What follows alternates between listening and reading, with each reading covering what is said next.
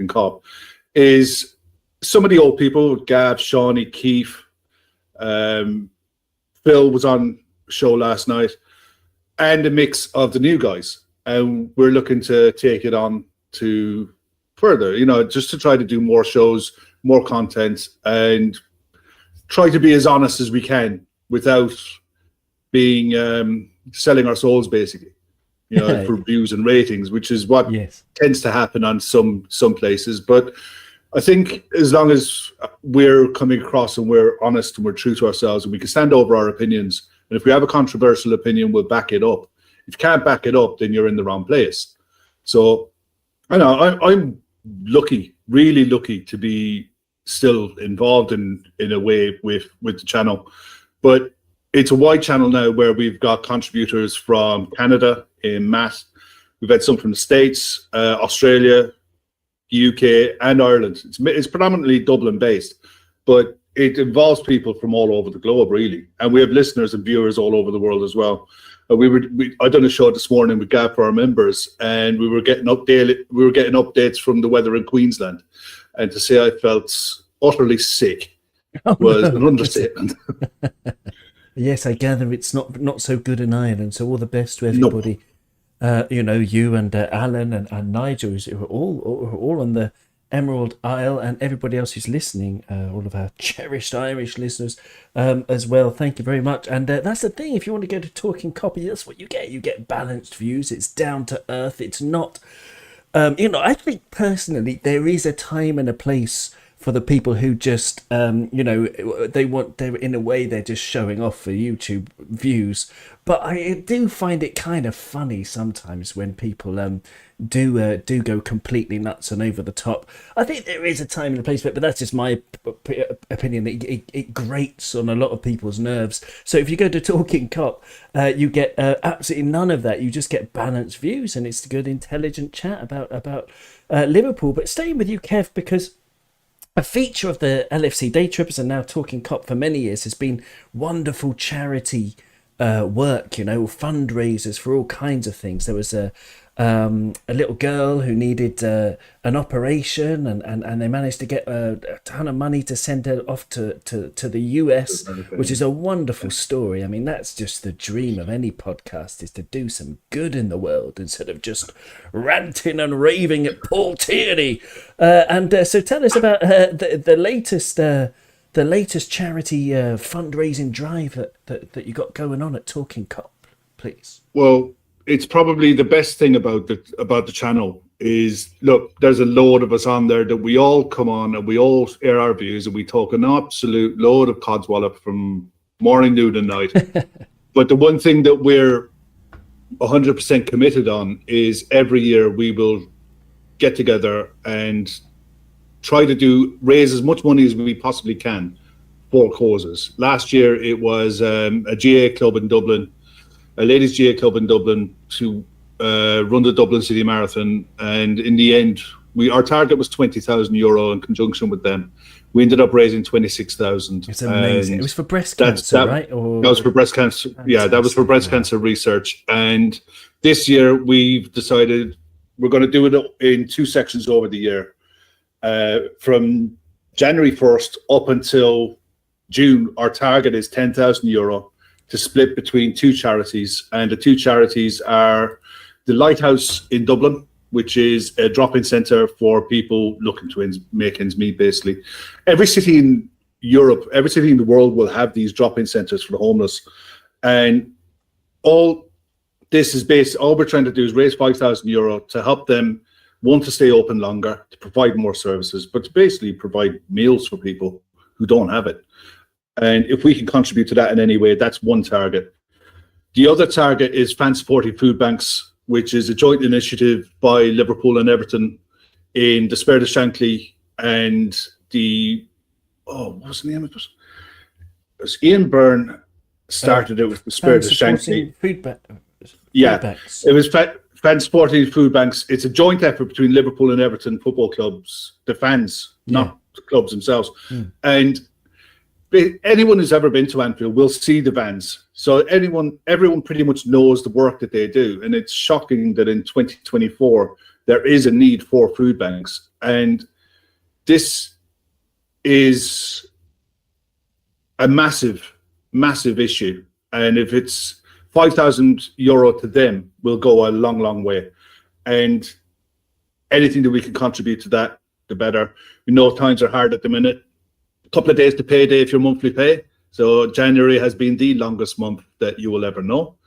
But in all seriousness, we're just looking to try to raise as much money as possible. We're also doing a golf day later in the year where people who want to get involved sponsor a tee box play. They can get a hold of us through social media or through email at talkinkop1@gmail.com. And it's the bonus of the channel. It's like, yeah, we love coming on and talking about football, but if we can help raise money as well, as you know, if we can use our platform to help raise money, it's fantastic. It's a double win. And you know, we'll never get bored of asking, and we'll never apologize for asking. So the more we can raise, the better. And that's the whole aim of the channel, really, is to help people. It's brilliant. It's absolutely brilliant. And I've put the link in the chat on YouTube for anyone who's watching now. And I'm just going to say as well that I'm going to put it in the description of the audio because, you know, our audio feed. Hello to all of the audio listeners all around the world. It's absolutely lovely. Each and every one of you is appreciated. I've really liked it since coming back with Kop On after, you know, trying to raise a kid for the first 7 months or so of his life, and now I've got a bit more time because we've got a babysitter. That it's I've had some lovely messages from people from all over the place saying they're happy that Kop On is back. So thank you to everybody. Really, really appreciate that. Alan is here. I'm delighted that you're here, Alan. Let's talk about the footy. Since we spoke last, there was you know, the two top form teams in the Premier League over the last 9 games. Bournemouth and Liverpool faced off against each other. They looked each other in the eyeballs, and Liverpool scratched those eyeballs clean out, if you pardon the expression, with a 4-0 victory that really put a spring in my step. It put a spring and summer in my step. Alan, before, when we spoke before and a couple of weeks ago, you said that you were about a 16 out of 20 in terms of optimistic for our title charge. But after a performance like that, without Mo Salah, who we're going to be without for maybe 4 weeks, maybe more, who knows, is that gone up? Has it gone up, the 16 out of 20 chances of Liverpool in this title race, or do you feel exactly the same? Firstly, on, if you don't mind me saying, I enjoyed the match the other day. The 21st of January was my birthday. Oh, happy birthday! Thank you, but more importantly, it was my son Adam's 21st birthday. Oh, so, lovely! Yeah, so we looked at the game together with his sister Sarah, and so it was the perfect birthday present. Oh, wonderful! So, what a lovely birthday present! Happy birthday to your son from everybody here, who I'm sure is listening. We wish him a very happy birthday, and you too. Thank you very much. Put yourself down. It's happy birthday to you too. Well, as I always told him he was the best present ever, and he still is. So that's no more. What more can you say? Absolutely lovely. Did you? But hang on. More importantly, did you get any nice presents? Did you get a Trent Alexander-Arnold mug? No, I'm getting old now. I'm 54, so I got slippers and jumpers and stuff. So great. Oh, that's excellent. I was just thankful there wasn't a pipe in it. But but going back to the football, no, I'm still 16 out of 20 on. I still think City are too dangerous there behind us to can put a run together. I think, like you said, with Salah not being there, even though we had a fantastic win the other day, game 2 halves, there were certain things, not just the obvious things you missed Salah for. Like I said to Adam at one stage, they had a few little snipey little shots in the box, and you could see Alisson grab the ball, take a few steps forward, look up, and then just stop. Because 9 times out of 10 when that happens in our game, Salah is up the pitch, and that's what Ali was looking for. He was looking for that run. So unfortunately, if Salah's out for 3-4 weeks or more, we're going to have to come up with something new for that. But very positive performance, because, like you said, the first half we were awful in the first half, apart from McAllister. Like I said to the kids, even 20 minutes into the first half, he's probably the best player on our team, because not just the blocks we all seen, or the tackle or the pass. There was times in the game where the game was gone 15, 20 minutes and you hadn't noticed them, but yet you knew he touched the ball 3 or 4 times. So to me, he was just immense in both halves, but particularly the first half, where we needed someone to be that leader. And then second half, like, wow, fantastic. And of course, Jota, this Lotta, is fantastic. I was expecting him to score goals. And then, of course, I'll have to bury my head in the sand.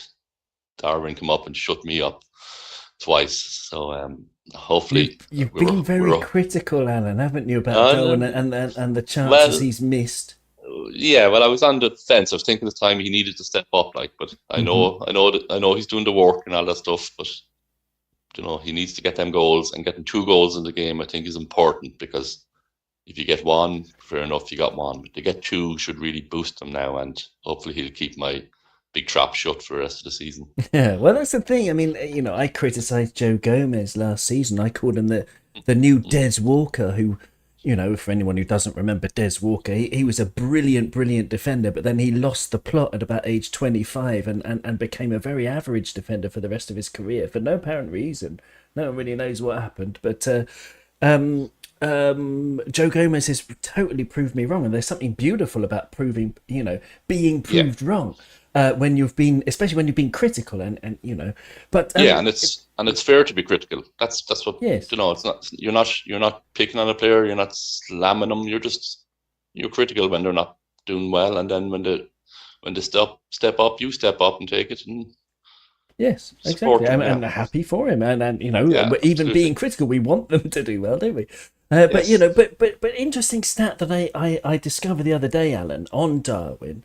Is I'm sure maybe you noticed in our group chat that we've got on WhatsApp, because I put it on there, and I put it on YouTube and a YouTube Shorts, and I put it on Twitter, and I got about 2 likes worldwide in all the platforms, and it's that I looked at the goals plus assists per 90 minutes, because if you look at the actual appearances for Darwin Núñez this season, it's like, he's had 30 odd appearances and he's got 10 goals, 10 assists. But if you do it by minute, because he's played a lot of times when he's a substitute or he's come off, he has 0.97 goals and assists per 90 minutes, which is basically either a goal or an assist per 90 minutes. And it's exactly the same ratio, 0.97 goals and assists per 90, as Thierry Henry. Not just old Thierry Henry at Barcelona or LA Galaxy or wherever he ended up. Prime Thierry Henry in the invincible season of 03-04, he had exactly the same goals and assists per 90. So, Alan, just finally, before moving to Nigel, who's been waiting patiently as he's in the broom cupboard at work, trying to okay. But anyway, before we get to Nigel, just he's that contradiction, isn't he, Darwin? Because there's that stat which is utterly unbelievable, that he's just as effective as prime Thierry Henry, compared to the fact that he tops the charts for big chances missed with 19 this season just in the Premier League. So he could have 19 more goals. He could be on 29 goals and 10 assists on the 23rd of January.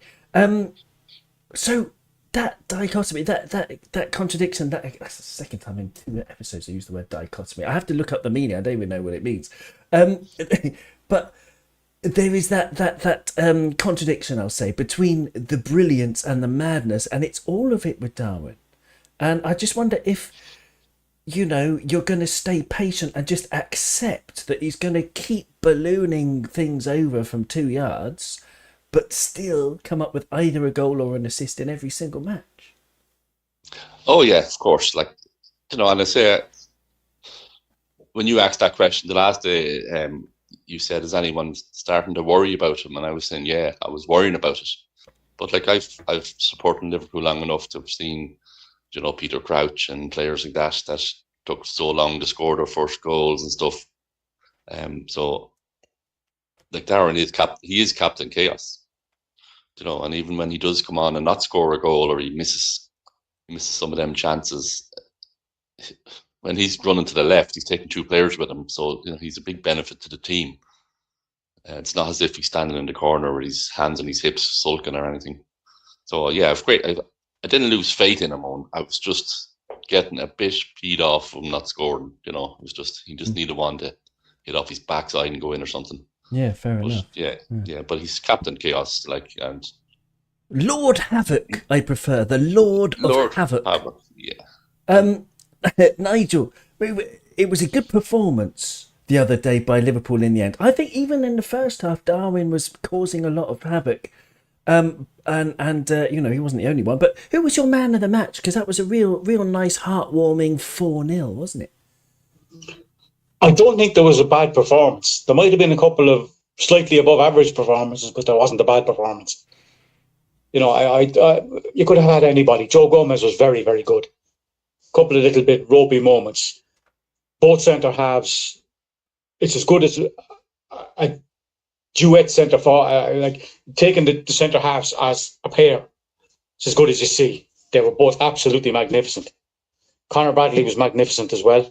Did really well. Might have scored, but I got to go with Alexis, I think. On his first half, he was, if you look at the stats, he was top in nearly all aspects of how we played. I thought he was just absolutely brilliant. Curtis Jones, because of Alexis sitting in there, is had to have been freed up as well. We look amazing. I'm probably going to go through most of the team here now as well, because they were all very good. Another thing to look at about Darwin is he got back to block one on the edge of our box in the second half. It's exactly what we want. It's the push thing again, defend from the front. But he was defending on the edge of our box. He made his way back to block a shot by Bournemouth on the edge of our box and then get back up the field again. It's Jota, we've said it before about Jota, plays a game for 94 minutes, does absolutely nothing, one chance, goal. That's how he is. But he played very, very well. He gave the pass he gave for Darwin, they're kind of a bit of a hump forward by Ibo in the first place. A great chest down and first time pass to Jota by Curtis Jones. It was a really, really nice touch. Beautiful. 2 nice touches. And a nice first time ball from Jota.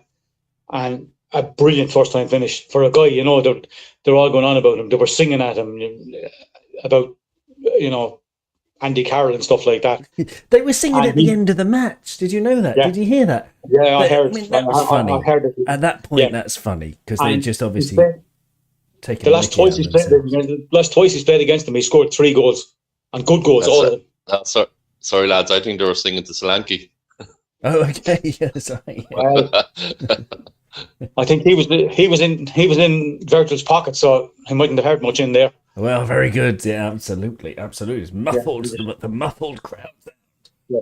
One of the outstanding performances by a centre half, but by the pair of them, it's the best we've seen in a long, long time as a pair. They were amazing. They were fantastic. Man. And totally that chest bump that they did was great.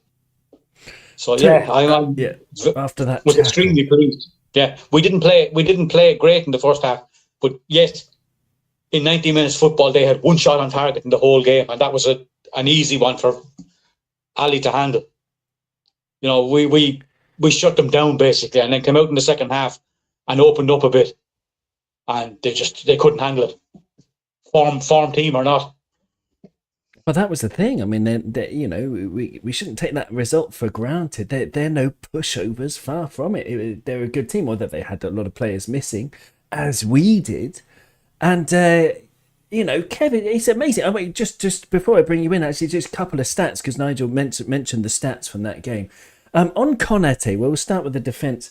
Konate, he had 1 tackle, 1 interception, but 9 clearances, which is absolutely whopping. Anything that came near him, he was able to get rid of it. He had 85.5% passing accuracy, 8 aerials won. He won absolutely everything in the air. Against Sri Lanka, and between Ibu and Virgil, they just kept him completely quiet. Virgil, as usual on the stats, you can't see it because there's no tackles, there's no interceptions, there's nothing, but he was imperious. He's just there, and he's just sort of like this sort of, I don't know, some kind of weird scientific experiment where anytime the ball gets anywhere near the goal, he repels it without doing anything really that you can measure on a metric. He's absolutely wonderful, leading the line, and there was a couple of brilliant. He's a bit like he's a bit like this entity in the sky. You think he's there, but then suddenly it's a miracle he shows up. Well, yeah, you think, yeah, maybe you doubt his existence, and then he turns up at the right moment to but there you go, perform some miracles. Absolutely, maybe.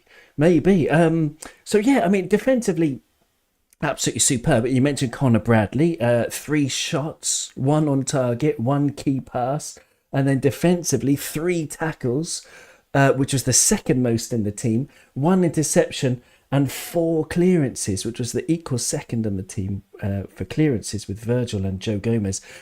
Brilliant by Connor Bradley. And as you say, so many positive things. But the player you mentioned before, Nigel, which I want to ask you about, Kev, is Alexis McAllister. 9 tackles, which according to Opta was the most for 8 years from any Liverpool player. 3 interceptions, 1 clearance. In terms of pass completion, 87.5%, which is superb. But as well as that monstrous defensive effort, he had 4 key passes, which was the most in our team. Darwin Núñez was second with 3 key passes. And I listened to the new, and you should listen to it if you haven't heard it, a Joe Gomez podcast. There's a big interview on Liverpool, the official podcast. It's brilliant.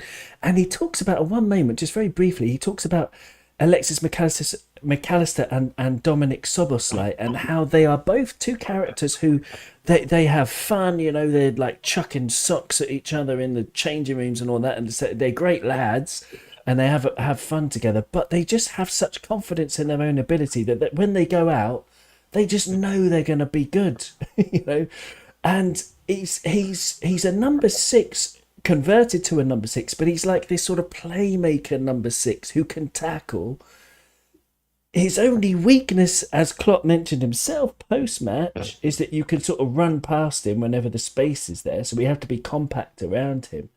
But what have you made of his impact so far? Is he a 10 out of 10 for a summer signing, or a 9 or an 8? Where are you on McAllister, Kev? I was delighted when we got him, first and foremost. I've done a fair few pods last year with Brighton podcast, the Albin Obsessed, and they were disgusted at the price that we paid for him because it was daylight robbery. And that's the recruitment team at Liverpool this summer has been outstanding. What they've done, they've literally rebuilt a midfield. We're top of the league. We've lost 1 league game this season. That Bournemouth side had won 7 out of their last 8. At home, we limited them to 1 effort on goal. Alexis McAllister needs legs around him for sure. Curtis Jones, vital. Dominic Szoboszlai, vital. Harvey Elliott looked a bit lost in the Bournemouth game, but I think Harvey Elliott's been at his best this season when he's been impacting off the bench. Last 20 minutes, 30 minutes of game, his game intelligence is very, very good. Alexis McAllister went and won a World Cup. He was arguably one of Argentina's best players that allowed Messi to play the way Messi played, along with Fernandes. The 2 of them and the Pope, the 3 of them really allowed Argentina to play the way they played. Alexis McAllister, when we signed him, I was convinced we were signing an 8, and then bang, Fabinho leaves, Henderson leaves, Alexis, you're the 6. okay, learn a brand new position. He'd done it with Brighton a couple of times, next to Caicedo, and he'd done it absolutely fine, but he was the one who went forward. Caicedo was the one who sat. Different kettle of fish when you're playing in a 3, and playing the centre role of a 3, he needs those legs around him. That's why I'm convinced that we went for Gravenberch the way we did, because I don't think he was on the radar until Klopp had assessed McAllister for that month, where he said, okay, we're going to need more legs. We've got a volume of games that we're going to be playing between now and January that everybody can play every role. You look at what he does on the ball, very similar to Thiago. He's comfortable. He's forward passing. His vision. Comfortable. No problems taking it in any situation. But he's developing the sense to anticipate like a 6. Fabinho was a master at it when he was at his pomp. You know, Fabinho you didn't see him sliding in, but you saw him making blocks and interceptions because his ability to read the game was fantastic. McAllister will develop that in time because of his game intelligence. It's been an outstanding signing, but the best is yet to come from him. The questions are going to come in the summer as to what business Liverpool does, that maybe we see a 6 might come in that allows us to play McAllister further up the pitch and give him that feather to his bow that he can do both. But I think the strength of this squad is its versatility. It's an adaptability within games. You saw it in the Bournemouth game when halftime, it was a bit of a stale first half. You know, they didn't do much. We didn't do much. We had some decent chances. We could have done better from set pieces, but it was a half that just plodded along. Klopp made tactical switches at halftime, again, pushing Jota out onto the right, onto a fullback who was making his debut. And it changed the dynamic. He also pushed Joe Gomez more centrally. And that allowed Curtis to be wide and be more influential. And from there, we steamrolled. And once we got on a roll, there was no stopping. And I don't think we did anything fantastic in the Bournemouth game. I just thought we were ruthless and we were clinical in finishing. The last goal, the cross by Joe Gomez, was an outstanding cross. You know, Conor Bradley was making his Premier League debut, and I don't know a single Liverpool fan who batted an eyelid when Conor Bradley was starting. Not a single one. I've been on the Conor Bradley train since I watched his debut for Northern Ireland, and you just knew there's a player there. When you look at his physical size, his ability to get up and down the wing, I've compared him to a very young Seamus Coleman in the way that his energy to get up and down the wing. He's an eye for a goal. When Seamus Coleman broke through at Everton, he had an ability to get into the box and be on the end of crosses to score goals. Conor Bradley showed that when he was at Bolton. He was outstanding for Bolton. And he's threatened it here with us in his debut. 3 efforts on goal. Acknowledged at the end of the game that he should have scored the header. And almost like disappointed that he should have scored the header. That's ridiculous. The guy's a kid making his Premier League debut. And it's fantastic. It's great for the youth developments of everyone coming forward because they're seeing what pathways are there. And if you're good enough and if you play well enough, the pathways are there. And you jump back to the weekend. We trounced Arsenal 7-1 in the FA Youth Cup. And there's got to be names that were in that side that we're going to be looking back. Did you see that 7-1? Look at them now. Yeah. We're in a fantastic spot. I'm looking at us at the minute. When you were talking to Alan earlier on about the league, there's a league there to be won. I don't believe Man City can keep Kevin De Bruyne fit for the rest of the season. I also don't believe that Erling Haaland that they signed to now he's been a freak, but he's been a freak who's been fit for a really long time. That's unusual in his career. What we're seeing in the last month is what's been normal for his career. All right. I don't think this version of Man City is what Man City have been over the last 2-3 years. I think their squad is extremely thin. I said that at the very start of the season when we were doing preview shows. I looked at their squad. I think 1 to 16, they're outstanding. They're really, really good. You know, no one's denying that. They're a brilliant 1 to 16. But you go deeper than that. You scratch the surface on that. And I don't believe Pep trusts 17 to 24. Whereas Klopp is looking at 1 to 30 and goes, Conor Bradley, right, you're in. Yeah. Clark, you're coming off the bench. No bother. Didn't see it. It was seamless, and he trusts the kids. Jarrell Kwanzaa, we don't need to go and buy another centre back. We don't need Nat Phillips back on. We've got Jarrell Kwanzaa there. We're grand. I trust the squad, and that trust is transmitting to the rest of the squad, and they're going out playing with a confidence and a maturity that you very rarely see. Yeah, and the fact that we're doing this, sorry, I'll finish up now. No, please. You're taking exactly where I wanted to go with this episode anyway, so carry on. Last season, we're left with Curtis Jones, Harvey Elliott. We haven't seen Thiago yet. We haven't seen Stefan Bajcetic in any meaningful way. So we're really top of the league, playing a semi-final second leg against Fulham tomorrow night. Still in the FA Cup with a good draw at home to Norwich, and looking at Dublin for the Europa League final. And everything is on. Everything is on the table. I'm all on board with this. At the start of the season, I'd have been happy with top four. But the way this team has evolved, the maturity that it's showing, the ability to rotate, and Klopp's willingness to trust players, I think we're on a journey, and this journey is only going to go one way. The average age of this squad is under 26. You know what I mean? Premier League, you look at Premier League winners over the last two decades, your average age is normally 28, 29, 27 and a half, whatever. Ours is under 26, so it's only going to get better. I think we're in a fantastic spot. We genuinely are. Absolutely. Nigel, you wanted to come in here. Yeah, apparently the other day, the oldest player we had, I think, on the bench was Cody Gakpo, 24. So, I mean, it's an incredible. Kev is spot on with this.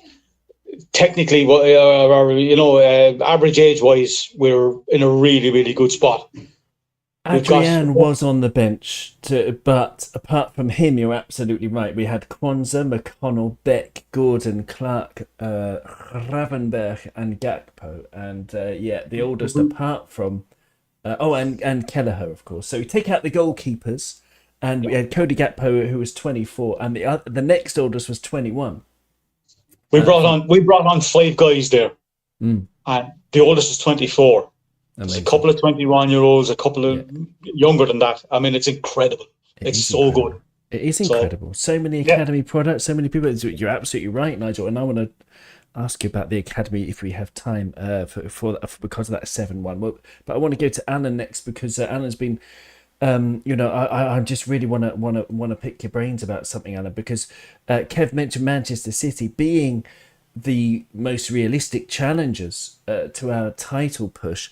A couple of stats for you, Alan. I want to get your opinion on them.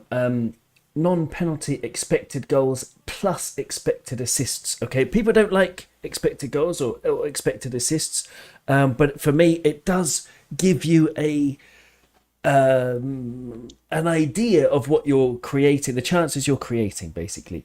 And Liverpool are top of that league with 74, way ahead of Tottenham on 67, and then Manchester City 66.5. Okay, so 74, then 67 for Tottenham, and then Man City 66.5. But the actual goals and assists, which no one can argue with, Manchester City have jumped from 66.5 expected to 82 actual. There's a massive disparity between their expected and the reality.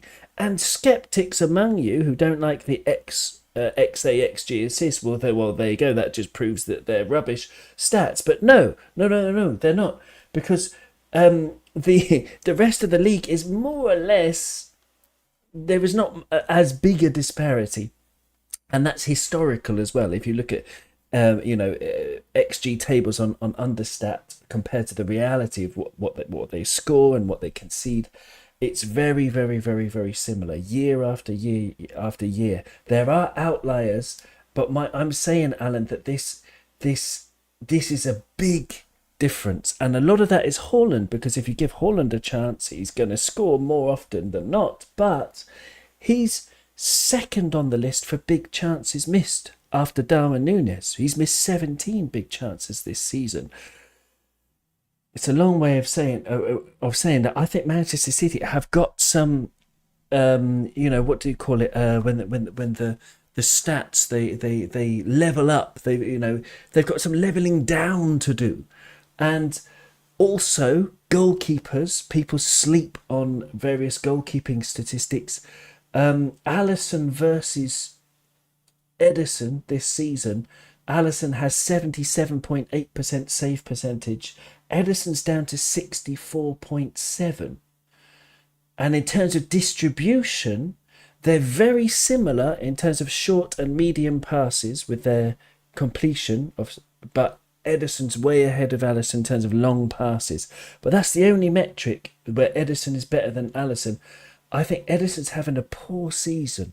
Alan, they both played about the same amount of minutes. So basically, I'm looking at the positives. I'm tired of those criminal City cheats breaking into our mind houses, rifling through our drawers in our bedrooms and putting their skid marks on our underpants, because collectively that's what they've been doing the past few years, and it stinks and they stink. But I'm going to be positive, Alan. I think there's loads of reasons to be positive that we can hold off those stinky folk, keep them away from our houses this year. Yeah, hopefully. And like you said, I'm only really getting into stats the last year since coming on the show, really, because I'm more of a visual person. You're the stats man on, but even I've started to understand them better. Your comparison with Ali and Edison, like, there was, to me, goalkeeping is my thing. Like, I want to be a goalkeeper growing up. My son was a great goalkeeper. To me, Alisson is by far the best goalkeeper in the world, and he doesn't even get credit for what some people don't see. Like the other night, Bournemouth were through twice on goal, one in particular, and Ali was out of his box, stood in front of the player put it wide. Now the commentator was saying, "Oh, bad shot, terrible shot, blah blah blah." It wasn't a terrible shot. He looked up, and there was Alisson in front of him. Alisson just stood there, didn't go down, didn't run, didn't give himself away. The player was under pressure, and he did a bad shot and put it wide. I don't know what way that comes up in stats, but to me, that's a world-class keeper. That he didn't get there to the ball, but he got in front of the player. If I remember correctly, Virgil was running along beside the player. That's a world-class keeper to me. Edison, yeah, his stats were good over the years, but Edison always has a brain fart in him. Like, there's a drop off this season, man. There's a drop off this season. And this year he's had a lot of them. But as for the stats, like I said, I'm not really the right man to talk about stats. But if you were to give me a 60% fit Alisson over Edison, I'd take Alisson every day of the week. Absolutely, he's brilliant. Would you say that Alisson's the best keeper that you've ever seen in the Premier League? In the Premier League, yeah, but I hate to say it, I'd have to put Schmeichel up there as well. He's the only competition, though. He's the only competition. Only one, yeah. I'd say he's as good as Schmeichel, if not better. I would say better all around, and a different era. Schmeichel was so good at coming out and doing starfish, like, just. Yes, that was iconic. Iconic, yeah. And to me, he was the best keeper at that. But no, I think Alisson will overtake him in all-around goalkeeping. But like, it's very hard to compare, especially when he did win so much too. To be fair to him. No, that's painful. Owen, stop asking me. I'm sorry, but that's something. That's an argument that I find annoying. Is the fact that, you know, when people look back on this Klopp era, the last 7 years, it's been, for me, the best football that Liverpool Football Club have ever played. And I include 88 and the 70s team because football has moved on so much.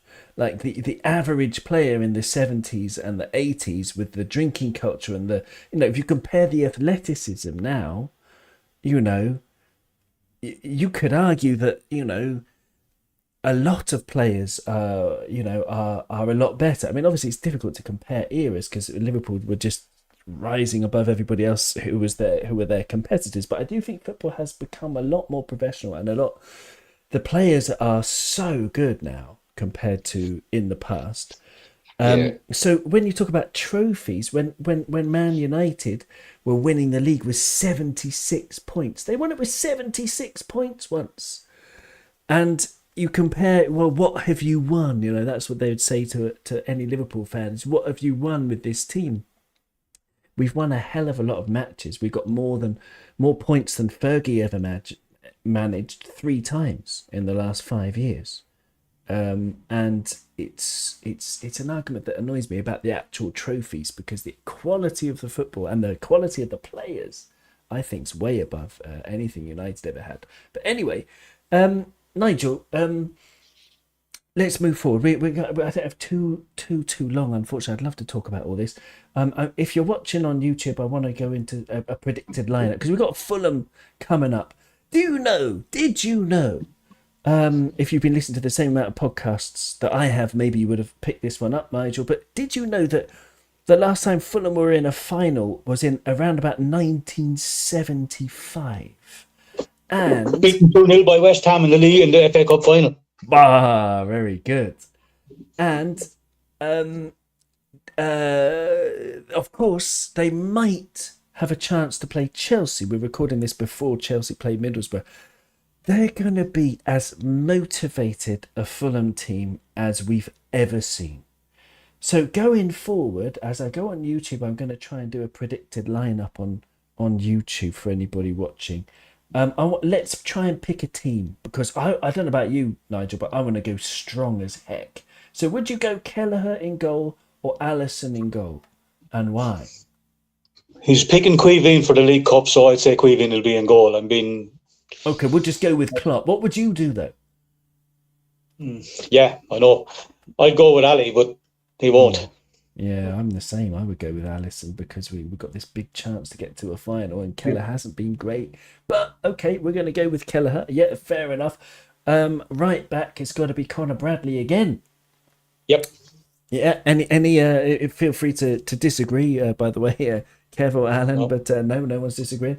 So we've got Bradley in at right back. I mean, how enthusiastic are you, Nigel, about Connor Bradley? Oh, he's excellent. He's unbelievable. He was on loan at Bolton and got Player of the Year down there. I had 2 different Player of the Years, I think, with Bolton, and he's a really, really good player. But I wasn't expecting him to come in kind of this soon and look this good. The last 2 games, he's been absolutely sensational. So, he's the man in possession. Let him play. Absolutely. And at left back, of course, we're going to have Gomez. But I heard that Robertson, good news, is back in training. Would anybody pick Robertson and chuck him in? Too soon. Gomez at right back? No, too soon. Robertson will travel. He's according to Pep Linder's press conference today, Robertson will travel with the squad. He'll be in the squad, but on the bench. I think he'll come off the bench. Yeah, because he's been training all the time. The only thing he couldn't do in training was contact. He's been doing everything else. So give him 10 minutes. Give him 10 minutes. Yeah, give him a few minutes at the end of the game. Yeah, get his rhythm back. We are the rhythm kings. Absolutely. And then at the back, Ibu Konate apparently is okay, but you're going to go with Kwanzaa to not risk him. Kwanzaa and Virgil. Yep. Okay. I disagree. I'm going Ibu and Virgil. I'm going to risk Ibu and make him sit out of Norwich on the weekend and play Kwanzaa against Norwich, because Ibu's just on fire. But I don't know. What would you take the risk on Ibu, Kev? It's either or. I mean, the thing is, you fancy beating Norwich at home, irrespective of everything else, and there isn't another Premier League game until midweek the following week. Mm-hmm. So I think it'll be one or the other. One will play tomorrow night, the other will play at the weekend. I don't think Virgil plays on Saturday. I wouldn't be surprised if tomorrow night you'd see Virgil and Ibu start, with the potential of Kwanzaa coming on 70 minutes or something. I think, or it could go the other way. Kwanzaa could start, play 70 minutes, and then Ibu comes on to close it out. Absolutely. But what would you do though? If Klopp is sick, Pep Linders has got the same thing. They're like, who's going to pick a team? They get on the phone to. Yeah, I go on with Ibu. I go with Ibu and Virgil, especially with Kelleher starting. You want as much security in front of them as possible. Play Kwanzaa at the weekend. That makes sense. Alan, there you go. So we've got 2 votes for Ibu. We've got 1 vote for Kwanzaa. Who are you going for, Alan? Yeah, no, I'd play Ibu. Yeah, you win the next game. Worry about Saturday then. Okay, excellent stuff. And Sunday, lads, half 2. Sunday, yeah. Yeah. I thought it was a bit late. It's like half 3, isn't it? Half 4. Half 2. Okay, good to know. Okay, so there you go. And Kev, on Ibu Konate, speaking about, is Alisson the best goalkeeper the Premier League has ever seen? Ibu Konate versus, for example, Saliba has been a conversation that is a very partisan conversation, because all Liverpool fans are going to say Ibu and all Arsenal fans are going to say Saliba. But I just look at France and their centre-backs and it sort of reminds me of the 90s England, in that they've just got this spoilt for choice for brilliant young French centre-backs. What do you reckon about Ibu or any of that? It's an absolute joke, isn't it? I mean, when you look at Disasi, and I don't think he's been poor for Chelsea, he's about 8th, 9th on the list. He's Jules Koundé. Jules Koundé has had to go to right back to get a game. Jules Koundé is a standing player. Upamecano's got a mistake in him. I think the conversation between Saliba and Ibu is a case of who plays right, who plays left. France have an abundance of riches, and they're reaping the rewards of Clairefontaine, and that setup that was in large part due to Gerard Houllier and the work that he did there. France are reaping the benefit of a generation on. It's embarrassing the riches that country has on tap. But saying that, I look at what England have produced over the last 4 or 5 years at youth level, and seeing. We're reaping the rewards of Curtis Jones winning the Euros at the under-21s with the confidence that he's come back with. And that's played into this season, the same with Harvey. But for me, I don't think Ibu... If you look at Saliba, I think Saliba is an outstanding player. He's a different player. He's a different type of centre-back to Ibu. And I think the two of them together for France will complement each other brilliantly. Genuinely, I think they'll complement each other really, really well. Yeah, absolutely. Yeah, I totally agree. It's a great answer.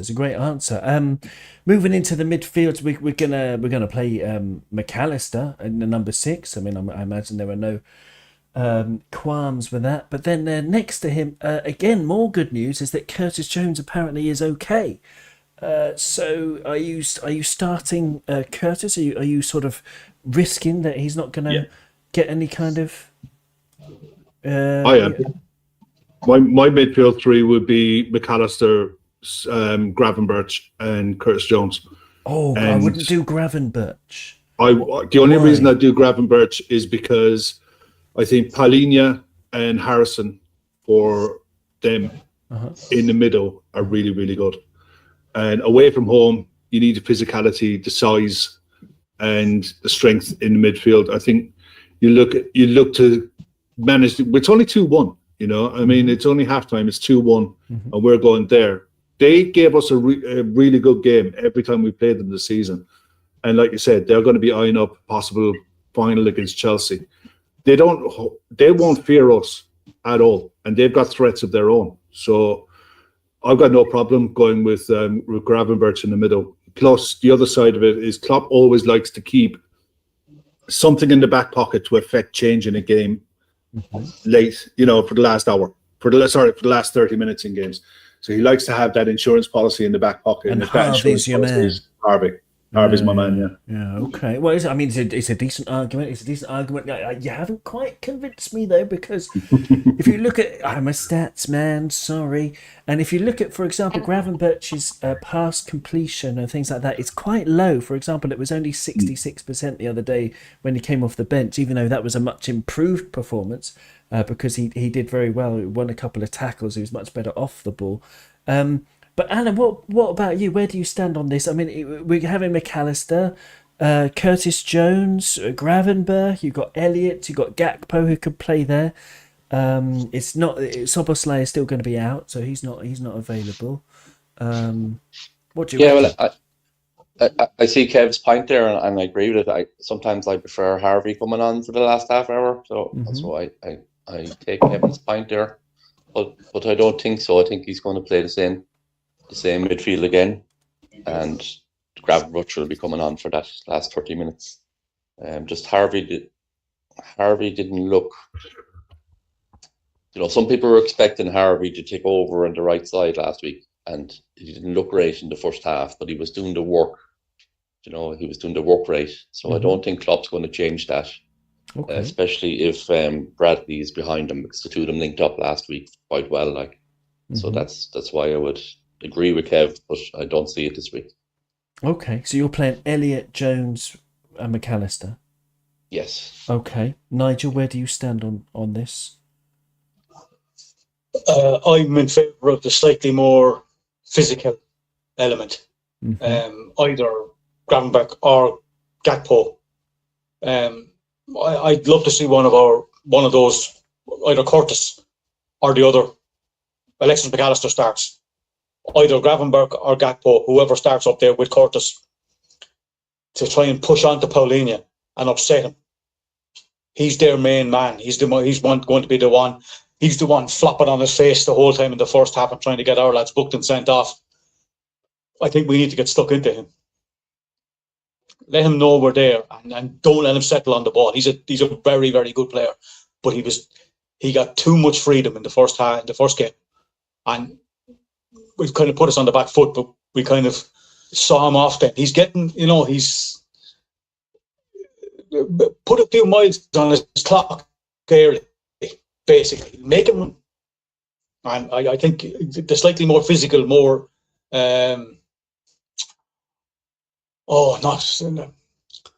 more industrious player. I know Harvey is industrious, but economically industrious, so to speak, if you know what I mean. There's a slightly less effort, with a lot more energy. And then bring on Harvey, like Kev said, nearer the end, and he run them into the spaces. Then after that, I'd go with a slightly more physical approach. It's a very decent answer, but I don't know. I've got a quandary then, because we got Nigel seems to be erring towards Gakpo over Gravenberch, and then Elliott third choice. Alan saying Elliott and Kev saying Gravenberch to partner Curtis and Alexis McAllister, but it's my podcast, so I'm getting the vote, and I'm saying Harvey Elliott number one, because Alan's celebrating that because he's obviously a former Fulham player, and for some reason professionals, they love to show their former employers how brilliant they've become or something when they play against them after they leave. So there's that element, and also in the last match, even though Harvey Elliott was substituted, he made 4 tackles, which is a record for him. And that's something that I've want to see him improve pretty much every time I've seen him play, because it does get watery on his side when the opposition are running through. And I thought he's standing up, and he's not, because he's always had the will to run, and he's always busted a ball and a gut, and he had plenty of hernias running for the cause, and that's wonderful. But he's backing up with a bit more steel and a bit more. He won 4 tackles, and that was great. Kev, you wanted to come in on this? Yeah, 1 point there. You have to respect what Fulham have got on that side as well. Robinson will get up and down that side of the pitch, and for me, I look at him in combination with Willian. For me, Willian is that one, from our point of view, that got away. Yes, I rate him. agree. He would have been brilliant for us, wouldn't he? He would have, yeah. Gerrard did his level best. Okay. If you read Gerrard's autobiography. I can't remember that bit. Okay. Well, apparently Gerrard was in personal contact with him, trying to convince him to come to Liverpool before he went to Chelsea. Okay. And eventually he decided to go to Chelsea. But he's the one that got away. I love the longevity of his career, but he's a brilliant footballer. And I think if you're going to, and it's not a problem, if you're going to have Bradley and it'll actually tie into the forwards question. If you're going to have Bradley and Harvey on that side, then I think you have to have an industrious player playing on the right wing who's willing to track back and to get the hard yards in and to win the ball back. Because away from home, they're going to have chances. So, you're going to have to defend properly. And whoever we pick to play on that right side has to have that in mind as well. It's a very good point. But you see, and I would agree, if we had a really industrious player, like I would, ideally play Endo in the 6 and McAllister on that side and Jones on the other side. Because yes, I totally agree, we do need the physicality. But the thing with Anthony Robinson, I love the player, by the way. I think he's brilliant, and but he's got a weakness, and that is when he's pressed. And if you look at both of our goals against Fulham, they came from turnovers or pressure on Anthony Robinson. And I think that between Harvey Elliott and Gravenberch and Gakpo, from what they've shown this season, I think Elliott's the better presser. So that's why I'm sticking with my choice, although I get your point, it's a very good point. And I'm sticking with Harvey Elliott. Moving forward though, you're absolutely right. We're going to need someone who's really, really good at pressing on the right wing. Lucho Diaz is really good at that, and so is Diogo Jota, and Darwin's got a lot better as well. So I don't know, Alan, who would you play up front? You took the words out of my mouth with Lucho. I would like to see Lucho on the right side. Lucho on the right side? Yeah, he'll do that. Like, all our forwards will track back and work, but Lucho has the pace and the energy. So when you were talking there when Kev was talking about Robertson there, Lucho came to my mind straight away because his Jota will work hard. Fabulous. They'll all work hard, but Lucho will have the pace to be up and down the wing. That's but are you not tempted after the second half performance of Diogo Jota on the right to put Jota there, keep Jota there, because he's also very good at pressing? Yes, yeah, no, that's what I'm saying. Our three forwards will work hard and press, but I think Lucho might have more pace up and down. Okay. And then you could switch them over. It's another thing I'd like to see Klopp doing a bit more, is switching players over. Okay. Even I've said before, when Salah has been marked by 3 players on the right, you should throw him over to the left. But I'd start with Lucho there for his energy and his pace up and down the wing. Okay. I mean, they were very fluid against Bournemouth. They were switching around a bit, but Jota was predominantly on the right in the second half, of course. But it was Nigel. You were nodding your head with Lucho. Yeah, he's improved again. He's been really good recently again, and it's looking like. Hang on now. Well, hang on. That for me is he's a bit of a. He's had a couple of good games and a couple of average games. Sort of 50% of the last 4 games he's been really good, and 50% he's been ineffective. This is something I'm worried about. The last game, right? He had a 90% passing accuracy, which is what he's been posting. No dribbles. I'm worried about that, Nigel. I want you to calm my fears, because I'm worried that Lucho's losing a bit of confidence. I want to see him have at least 3 dribbles every game. You see, problem is with these teams, they're going to start playing low block and sit deep. You're talking about Lucho's pace. Lucho's thing was get the ball and try and go past people and try and get round the back. These people are trying to stop us doing that. And we have to try and play through teams a little bit more. So he's going to invariably have to try and come across the field more than go down the wings. So, like me, gets the ball. Like, do you remember the goal he scored against Crystal Palace and the goal he scored against Spurs when he cuts in? That's what he needs to do, I think. To get the best out of Lucho in that kind of position with dribbles, we need him to start cutting in and having curls. rather than trying to get behind. But teams. that's exactly it. So you want him. You need him on the left, and you need Jota on the right, so that he can cut in, and he can cut in on his favourite right foot. Cut him in. Yeah. Okay. What do you think? That's where we need to use him. Okay. What do you think, Kev? Where are you playing Diaz? I wouldn't start him. Oh, interesting. No, I think he's been bang average this season. Understandably, look, let's get it straight. He's had some serious personal issues, guys. Give me 1 minute. I'll be right back. Problem. Someone's at the door. Oh, no problem at all. Yeah, no problem. I've got to get the Amazon package when it arrives. Absolutely. Yeah. So I mean, Lucho Diaz this season. I mean, his stats. He got 1,217 Premier League minutes. 1,200 minutes, more or less. 3 goals and 1 assist. In the Europa League, 270 minutes, 3 games, and 2 goals, which is good. But only 3 goals and 1 assist.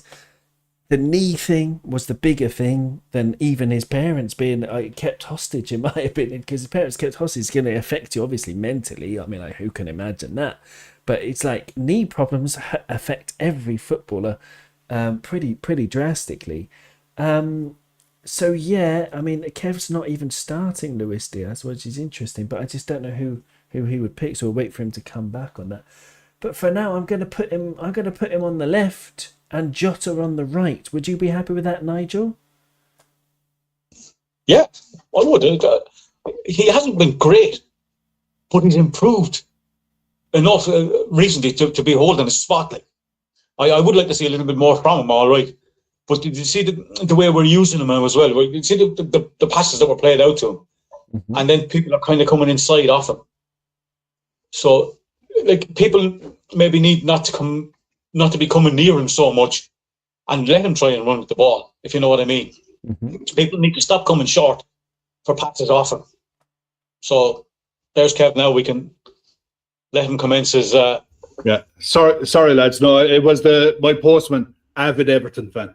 Mad Everton fan, knocks the door, and the first, because look, I'll meet more Everton fans here than I'll ever will meet Man City. That's just because to show the level of where the clubs are. But Lucho's been through the milk this season. I think Alan was making the point there about people coming too close to him. I think he's built up a really good relationship with Joe Gomez, because Joe Gomez is not going to overlap you. He'll just back you up and allow you the space, but when you're playing against low blocks, it's the ball that needs to move, not you. So, but I think horses for courses, I wouldn't mind starting Jota, Darwin, Cody Gakpo in the middle. Mainly to drop off and sit on Paulinho, not allow him the time on the ball. And to use him as the link, because you'll use Darwin and Jota coming from outside to in. Almost playing like a 4-5-1 without the ball, where we'll have Jones and McAllister almost creating a 2-man midfield. Because if you notice the way we've been playing lately, without the ball, we're dropping into a 4-1-4-1 or 4-5-1. With the ball, when we're in the final third, we'll just leave 2-on-2 or 2-on-1. We don't care, and we'll play 4-2-4 or 2-4-4. Or 2-3-5, as I've seen. Yeah, sometimes when Curtis Jones goes to the left wing and stuff, yeah. Exactly, and Joe Gomez tucks inside. It's almost flipped what Trent does, but it happens from the left-hand side. I just think that we've 4 forwards to get through the next month at the club. We have a game pretty much every 3 days, so I don't expect the same 3 to start all the time. And with Norwich coming at the weekend, I wouldn't mind that being the change. But if he decides to go the other way and maybe rest Darwin, I think Gakpo will start. I'd be surprised if he doesn't. And maybe you want to manage Jota, manage Jota's fitness. Or you want to go the other way and say, okay, I'm going to leave Darwin Núñez come off the bench for the last 30. Either way, I just don't think he's going to do anything other than make changes to manage the squad for the fixtures that are coming up. Because Klopp will always look at, okay, this is a block of fixtures. This block of 4 fixtures we're going to manage, and these are the players we have to manage it with. And he'll chop and change depending on who's available, who's coming back, and whatnot. So, but yeah, I wouldn't mind seeing Luis Diaz this time being the one to miss out. Because I like it. You've convinced me, Kev. Has Kev convinced you, Alan? To we don't need Lucho. Kev is the new teacher's pet. Huh?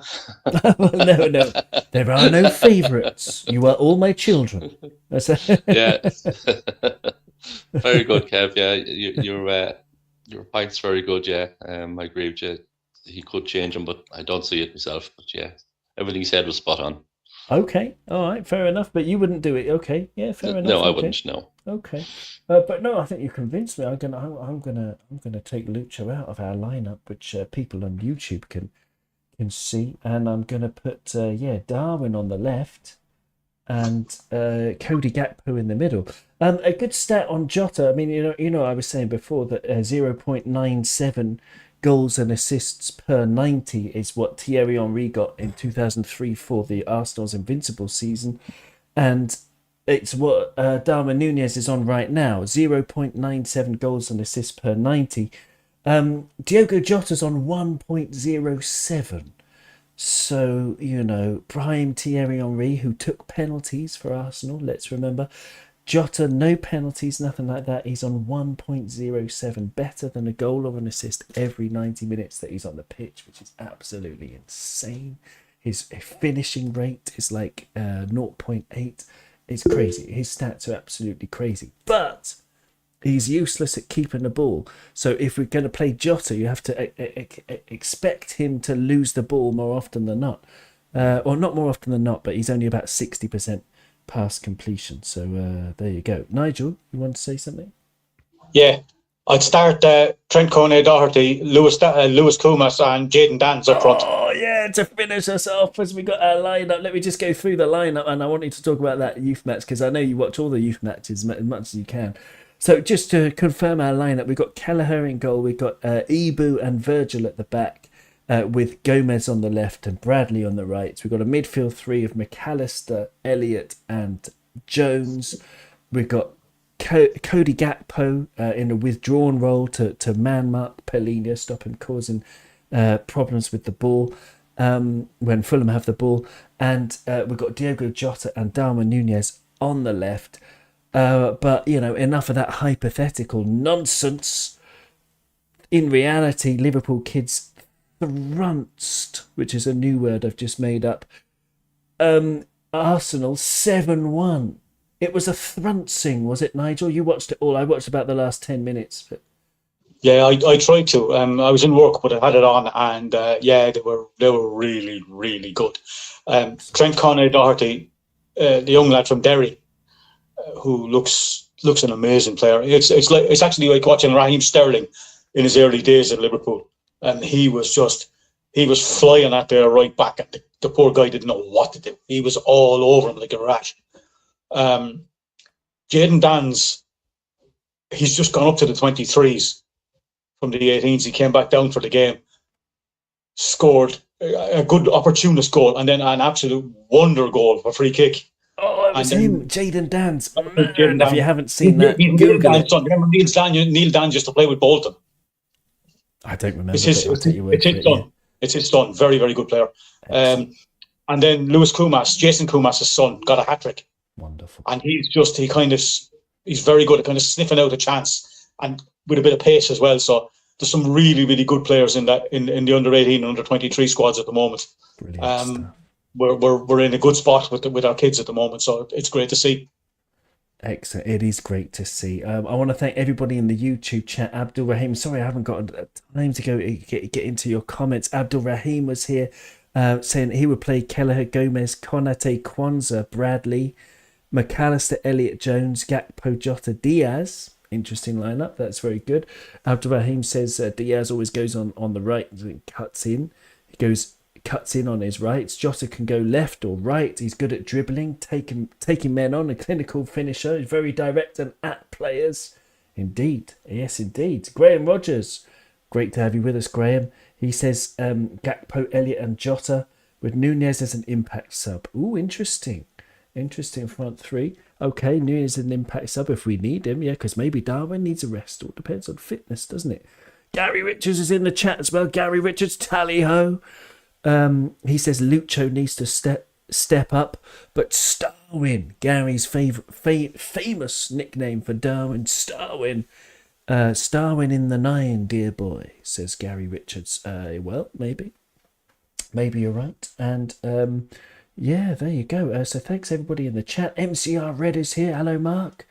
Hard to think Jota went almost a year, including being injured, without scoring. Yes, that would be a statistical anomaly, an outlier on the bell curve of Jota's career when we look back at it. But I want to thank you everybody for being with us. We've been going an hour and 15 minutes. It's been great, so great to talk about the Reds for this long. So thank you to the YouTube viewers. Thank you very much to the audio listeners, of course. It's really great to be bringing you Kop On again. But I especially want to thank my guests.